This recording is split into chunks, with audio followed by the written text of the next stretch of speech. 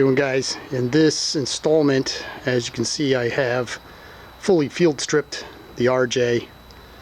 Actually, it's nothing that anybody can't do. I mean, it's just a bunch of nuts, a couple cotter pins, and a roll pin that you got to knock out. But we get a better, closer look at the frame itself. Happens to be a fairly warm day today in December, so I decided that I usually clean these things from head to toe first before I do anything, but today we're going to start welding up the holes because it is such a nice day. As I had indicated before, we got a bunch of holes that we need to fill in. Just going to get the die grinder, whack all the paint off the holes that I need to do, and then just obviously re-weld those holes. I'm going to try to straighten out this bar. It looks a little bit chewed up for whatever reason. One thing of interest is if we take a look at this bar, you can see that it's tweaked. It's tweaked right about there. So I'm going to hit that with the torch and bend that over, get that straight, because that is supposed to be straight. And we'll be back. Okay, so what I've done is I actually knocked the paint off with the cookie wheel, and I welded the bottom of the frame first. That way I can basically burn out all the paint and rust that was in the in the holes themselves. And now when I flip it over, I can use that bottom weld, I guess, to build up, just so it all melts and looks nice and flat on the top, and I don't have to grind the shit out of it. So, alright, next up, I'm going to flip this thing over and start welding the top half.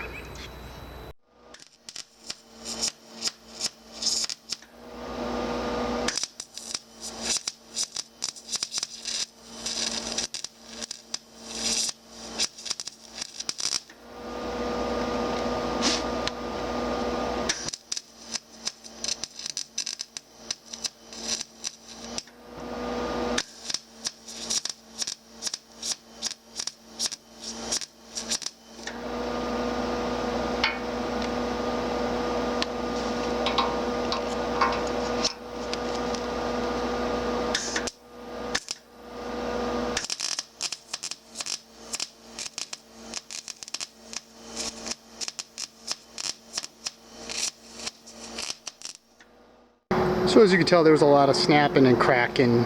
Basically, it's all the paint and rust that's boiling out of the holes as I'm welding them up. But as you can tell, I just built them up just a little bit, not that much, just enough to knock them down with the die grinder.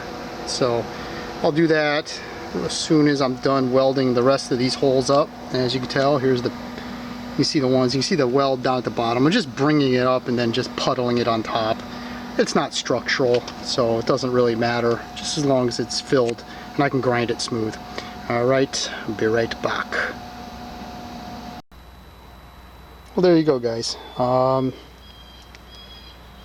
Just knocked the weld down initially with my die grinder and a cutoff wheel right there, and then just leave the weld just a touch proud, knock it the rest of the way to the frame with the air sander, and then just finish it up with a cookie wheel. And for me, that's good enough. I am going to paint the frame, so I'll just put a little kiss of cheese. Actually, there's like rust pitting that was never filled in. I think I'm actually just going to fill it in with a coat of cheese and then just call it a day, because it's all really pretty good shape. I'm real happy with it. Looks good.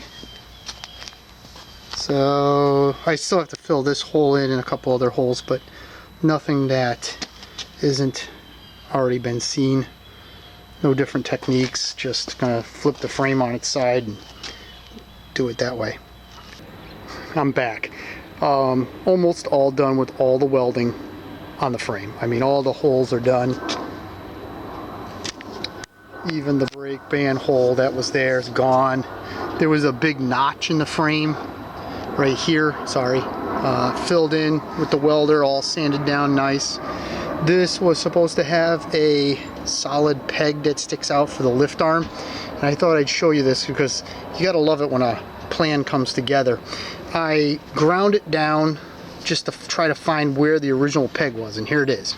And I said to myself, well, I got to drill a 3/8 hole and make a new little peg by 2 inches, 3/8 by 2, and weld that in from the back. So I went and I got my drill bits, I got my drill, I got my hammer and my little center punch, and I went to center punch the 3/8 rod, and lo and behold, it popped just through. How cool is that? I mean, I don't have to drill, I don't have to do nothing.